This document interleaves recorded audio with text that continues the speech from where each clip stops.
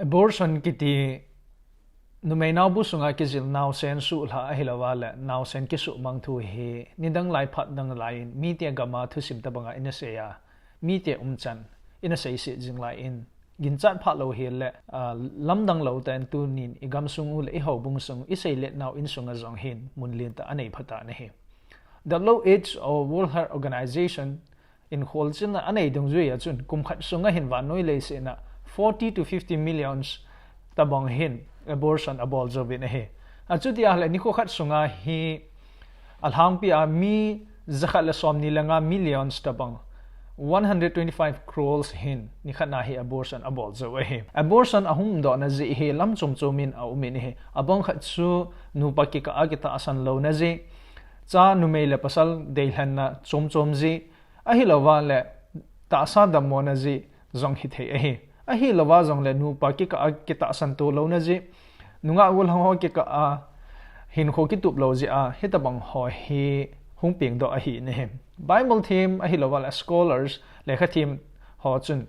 hi chi chung chang ngai dan hi pansa na chom chom ane vi mi abang kha chun abortion hi din mun dung zu ya hi hin to a bol the hi tia pansa na nei loi a hi lawa zong le abortion hi itabang din mun hi zong le bol the hi poi a si a hi tia gel na zong amda pon hi chite ni ngai dan ki ka hin ki din te na hi a jing in he tuina isei do no mo chu hi chite ni ki ka kilhan ka ding thumun hi lovin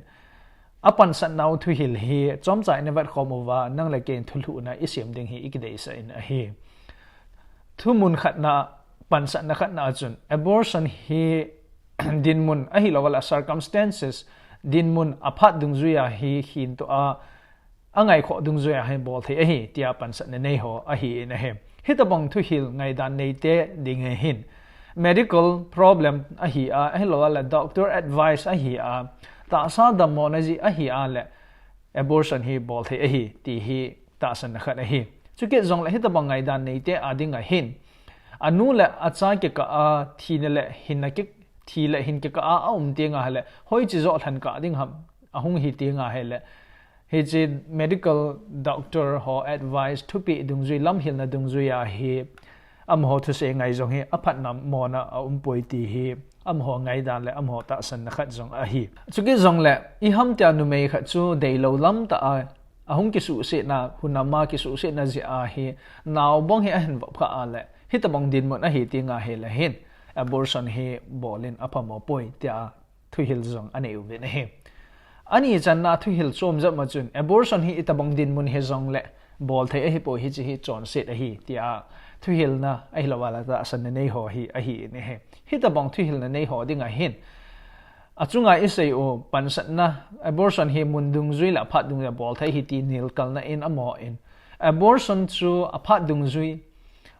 mun la zangin apu a I hei to dinga hala thuta ki ti chu amun la zanga hei to the hi in thuta ki ti khat chum lo hi truth is not absolute. Truth is relative.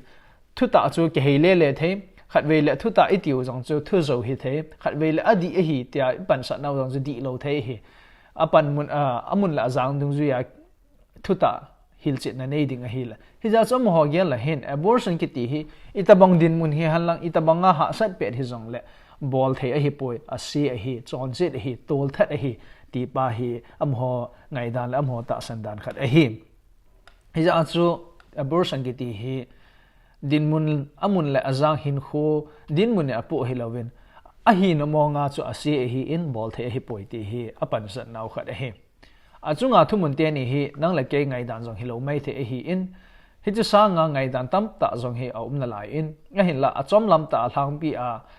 hi chu te ni ngai dan ki ka a thula chom inei u hi in he thulu na anasim u hitin achunga thumun te ni hi kithan ka ding hi lovin hoi chu zo he asia hoi chu zo apha ham tia pansa na kilhan ka ding a hi po ne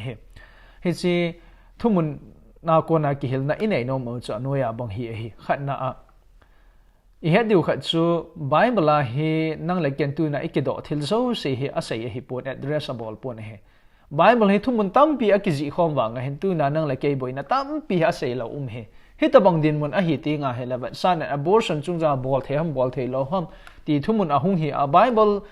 nin I khot zum ta ko thei lo wa hi le pathianin chi na le thip na epi ilungyal theina pa hi mancha hitaba hi chidung ria cha thulu na sim angai zen a hi ni na NAOBU sunga KIJIL naw cha chu ni khu khat na pa na chu a KIJIL ni khwa pa na chu mi him a hi ti hi su mil lo di hi hi chi jong hi medically proven medical ai lo doctor ho an jong a sei jing khat a hi in mi abang khat chun amho zum na le za cha na hu bit na ding la amho chon se na ko na thim ki chan na ding in su hoi sem hoi go u hal NAOSEN chu hi chini khu apan a hi mi him ahung hi tin sei o jong le hi chi su adi lo ta hi in mi him NAOBU sunga KIJIL chu a KIJIL ni khu apan a chu mi him a hi ti hi ye che devin ki dei sa wen he thumna boina lo he la chonan kitub lo ji ham nu pa ki ka ke ta san lo na ji nu me le pasal ke ka a dei lo na ji a hi lawal eng se suma NAOSEN ki su la chu tol that ki bangia la hi in he chi pathian thu in a dei lo khat pathian thu inil kal naw khat pathian i do naw khat gunei ta chon se de hi ti jong hi sei do nom ovin he lina a ta san dam mon ji a chan le NAOSEN le anu ki ka kithan ka ding bang ahung hi ti nga hi le lo them ai them ho thu hil na nga ya ei ma ta san dong zui le ei ma lungyal ha na chule pathin ei pe uchi na ho hi mang cha a thulu nai ki sem di win jang i ki dei sa win he anga chan na hunama ki su se ji a hi lawa le thil dang chom ji a hi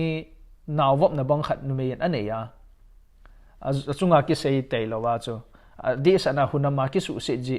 rap ji a nawop na bang a hi ne ya su la ding bang ahung hi ti nga hele ken ka ngai to dei ka sa kha chu ai ho chon dan khan dan ipu ipa we hi ta bang din mun a hi ti nga hele pasal chunga chu i ta bang thu tan ne ya nu mei chu i pi a bol ding ham ti chung cha naw su la jing sa nga chu ai ho chon na dung zu ya le thu a ai ho chon na dung zu ya